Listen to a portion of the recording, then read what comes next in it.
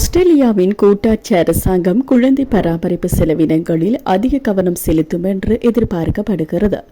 இதன்படி ஆஸ்திரேலியாவில் புதிய சிறுவர் பராமரிப்பு நிலையங்களை நிர்மாணிப்பதற்கு $40 மில்லியன் ஒதுக்க திட்டமிட்டுள்ளதாக கூறப்படுகிறது.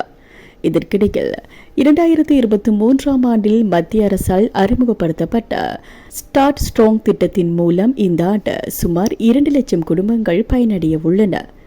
அதன்படி அரசால் அங்கீகரிக்கப்பட்ட சமூகம் அல்லது நடமாடும் பாலர் பள்ளிகளில் படிக்கும் 3 வயது முதல் 5 வயது வரையிலான குழந்தைகளை கொண்ட பெற்றோர்கள் இதற்கு பதிவு செய்யலாம்.